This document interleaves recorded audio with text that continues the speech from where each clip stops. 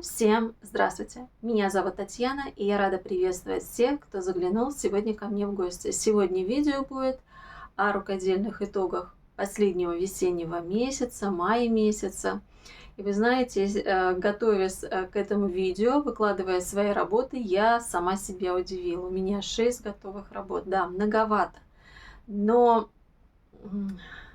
из этих работ, которые связаны, есть работы уже связанные к летнему сезону, они без рукавов, соответственно, вяжутся быстрее, ну для меня, по крайней мере.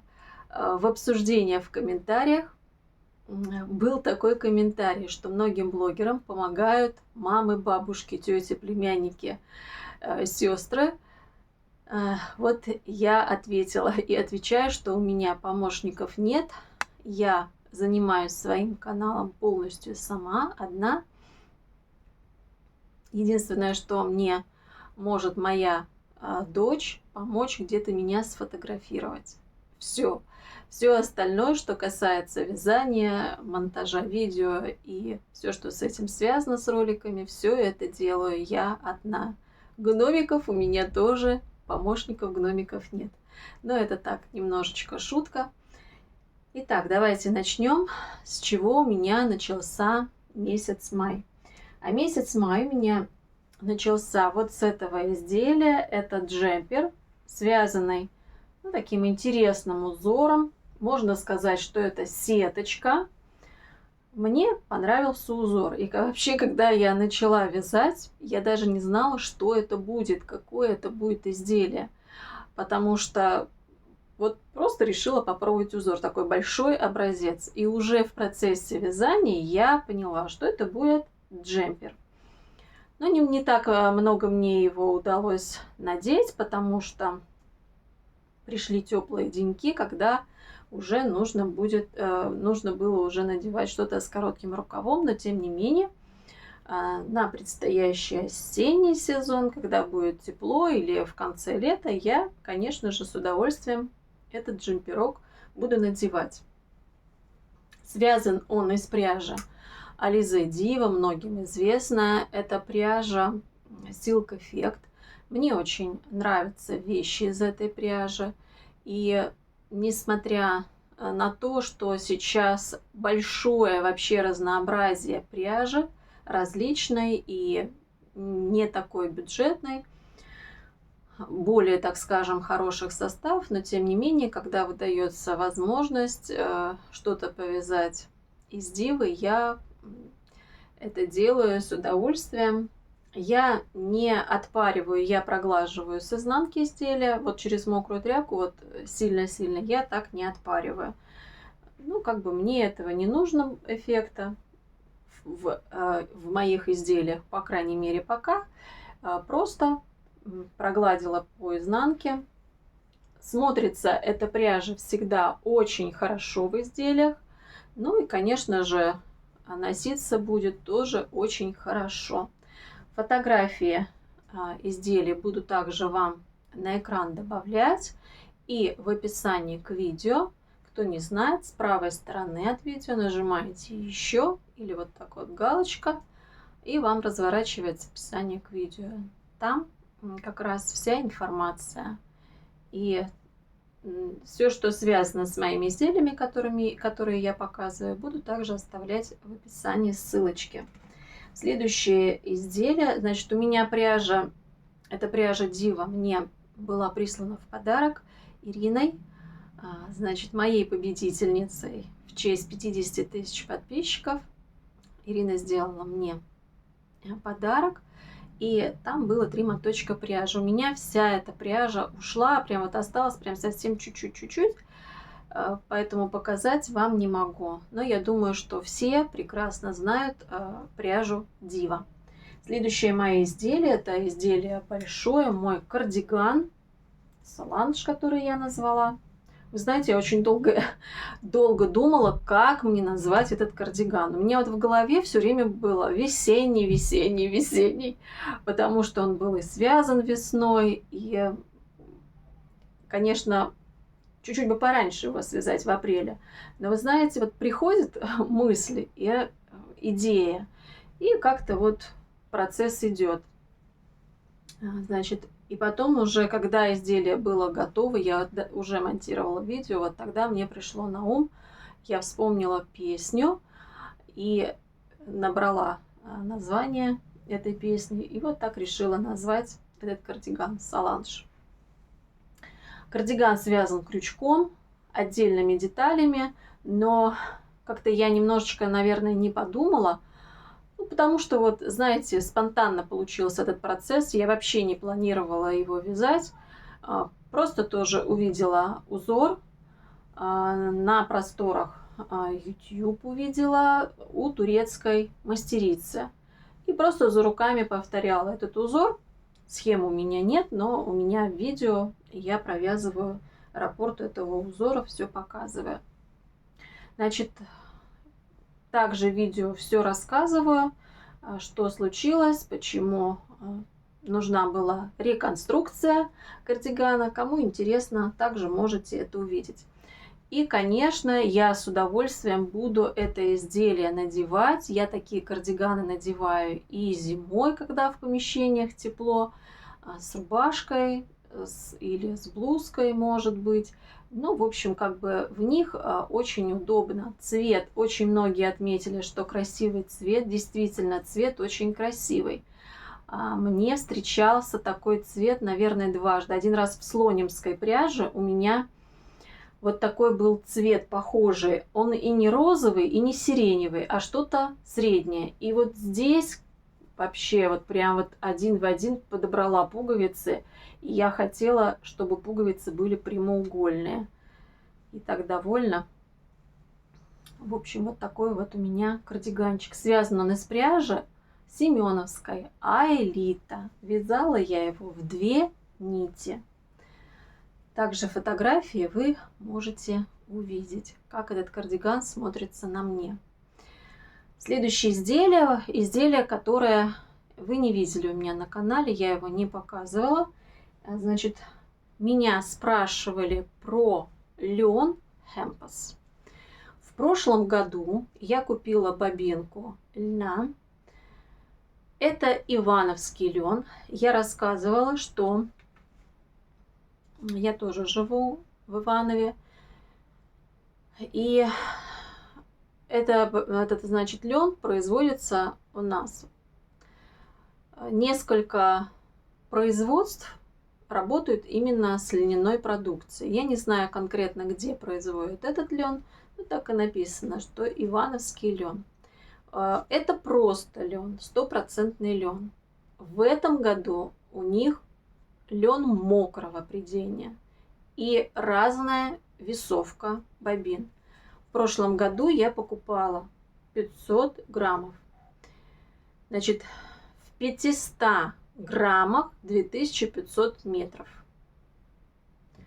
Соответственно, получается так, 2500 метров в 500, 500 метров в 100 граммах, да? Да, 20 на 4. Значит, цвет называется голубой.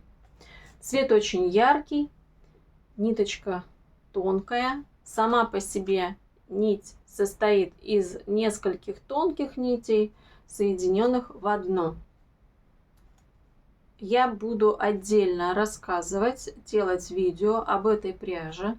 Сняла несколько видео уже готового изделия, у меня уже оно есть.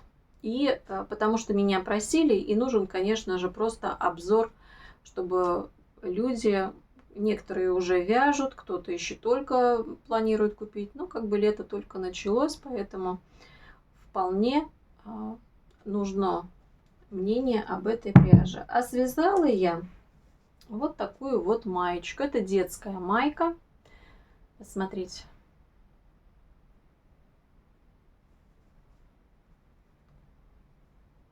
Так. Это уже выстиранное изделие, то есть после ВТО, и оно, как вы видите, у нее, у этой маечки, да, полотно струится. Оно тонкое, струящееся, не жесткое. Поэтому обязательно сделаю обзор на эту пряжу. Цвет шикарный, яркий. Я так переживала, честно говоря, когда вязала. Думаю, такой цвет яркий. Натуральная пряжа, лен, крапива, конопля тяжело окрашиваются.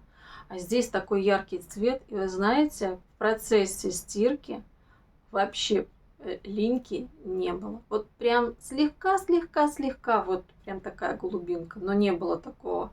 Я помню, как-то я стирала, не была такая ярко-голубого цвета из пуху норки связанная кофточка. Ой, боже мой, там вообще была вся цвета, вода цвета ультрамарин. Значит, маечка. Следующее мое изделие, рубашка, она у меня постиранная, мятая. Я извиняюсь, только как бы вот она у меня высохла. Это рубашка Мока. Ну, назвала я ее так по цвету. Значит, изделия вообще в мае месяце рождались очень спонтанно, я так для себя заметила. Вынашиваешь одну идею, я вообще как бы все о платье думаю, сарафане. А тут меня в другую сторону повело. Ну, так бывает, муза есть муза, и вязание – это творческий процесс, поэтому может абсолютно в любую сторону повернуться. Да, девочки иногда говорят, что да, почему-то вот летом хочется вязать носочки. Ну что ж, бывает. А вообще у меня так идея это просто вот спонтанно родилась связать рубашку, но именно в поперечной технике. А вспомнила я вот про эту кофточку. Меня часто спрашивают, я потому что очень часто снимаю видео в своих изделиях. Если ну, что-то мастер-класс или описание на эту кофточку есть. Но здесь описание, потому что я ее связала вообще в конце прошлого лета. У нас было и август, и сентябрь очень жаркий. И я связала, мне просто очень хотелось попробовать пряжу. Я вспомнила, что у меня есть такая вот футболка-наволочка свободного кроя. Я подумала, а не попробовать ли мне связать рубашку крючком. Я все думала, вот какой бы взять такой узор, какой бы узор взять. Про пряжу я вот вспомнила про эту пряжу. Ярнард Style. У меня два цвета. Это вот такой цвет красивый. И второй молочный цвет. И я думала об узоре. И вспомнила, что я вязала узор волна. Я вообще люблю такие, знаете, узоры, чтобы были волны или зигзаги. Ну, нравится мне. И я вязала только вот так вот у меня регланом связанная футболка в технике, значит, реглана крючком. Я решила этот узор перевернуть. И как мне понравилось то, что получилось. И не только мне. Эта рубашка популярна сейчас на моем канале. И действительно, изделием я очень мега довольна. И был комментарий, значит, один из комментариев под видео о рубашке, что связав такое изделие, не захочется его снимать. Да, действительно, изделие и простое по исполнению, но тем не менее люди обращают внимание, потому что и техника интересная, и смотрится, конечно, очень интересно. Ну а пряжа, если кто не знает, это пряжа, в составе которой 57% хлопок, 33% вискоза, в 50 граммах 185 метров. Я вязала майку спицами. Вот здесь у меня был центральный узор геометрический из этой пряжи. Пряжа с вискозой. Я люблю пряжу с вискозой. Вискоза дает и холодок, и блеск изделию. И полотно струится. Я это люблю в изделиях, особенно летних. И тем более лежит она уже 2 года. Я вообще ее, когда покупала, хотела связать себе двойку. Но, вот видите, связала рубашку. У меня было 6 мотков, вот один моток целый у меня осталось. И от 5-го мотка, ну, может быть, граммов 10 осталось. То есть почти 5 мотков полностью у меня ушло на это изделие. Но изделие вообще мне очень и очень понравилось. Следующее изделие, смотрите, мини-маленькая сумочка. Это сумочка для моей дочки. Я купила канву, в этот раз я купила канву набор из 4. Я уже себе связала 2 сумочки. Первая мне сумочка нужна была под платье Венера на свадьбу. Вторая сумочка, меня просили мастер-класс делать, я делала мастер-класс. И мне нужна была такая летняя сумочка. Мы иногда просто гуляем недалеко от дома, чтобы положить, например, телефон, там карты, этого достаточно. И сейчас я купила 4, значит, в наборе 4 канвы, там от самого маленького, вот это самый маленький размер, до, так, там XS, S, M и L, вот так, до размера L. И я хочу себе как раз вот этот размер L я взяла, я хочу себе еще одну летнюю сумку, но чтобы туда можно было положить уже и кошелек, например, и документы. Ну, побольше нужно. А дочь выпросила, просто выпросила, чтобы я ей связала маленькую сумочку. Ну как, вот у тебя есть целых 2, а у меня ни одной. Ну и я ей связала. Эта канва меньше, клеточка здесь меньше, и канва здесь имеет другую форму. 2 сумки предыдущие, они были просто прямоугольные, а здесь закругленные. И вот эти вот боковые тоже боковинки, они тоже закругленные. И, конечно, тут я немножечко, ну, не все было понятно, как, например, вот эти края, которые остаются. Ну, в общем, теперь я уже все поняла. Здесь, смотрите, какой я придумала ремешок. Мы поехали в магазин, рукодельный, где продается ткани, пуговицы и всякая разная фурнитура. И, значит, там я купила стропу. Это стропа для рюкзаков. И вот подобрала белый цвет, хотя вот эта пряжа, ну, не такой кипельно-белый. Думаю, ну, вот как раз ей, чтобы она вот так вот, да, надевает. Ну, в общем, убирается сюда телефон, ключи, вот в эту сумочку. И здесь я уже замок зажимной взяла, потому что я рассказывала про тот замочек красивый в виде осы, что его, ну, достаточно сложно прикрепить. Нужно, в общем, муж мне помогал, он паяльником там паял, чтобы дырочка эта была. Так, ну и последнее изделие, которое я связала в конце месяца, вот в самый последний день месяца. И почему я и задержала рукодельные токи, потому что я ждала, когда это изделие высохнет, и решила сначала выпустить видео, посвященное этому изделию, а уже потом подводить рукодельные итоги. Это, вот, значит, ну, некоторые мне сказали, что это не кокон.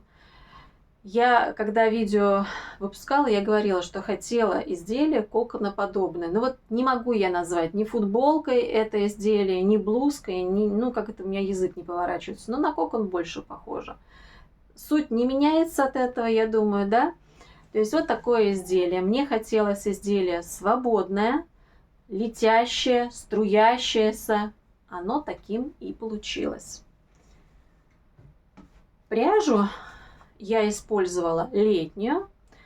Пряжа это мне подарена Ириной Бранд. Пряжа это норвежская. Это пряжа 50 на 50 хлопок бамбук.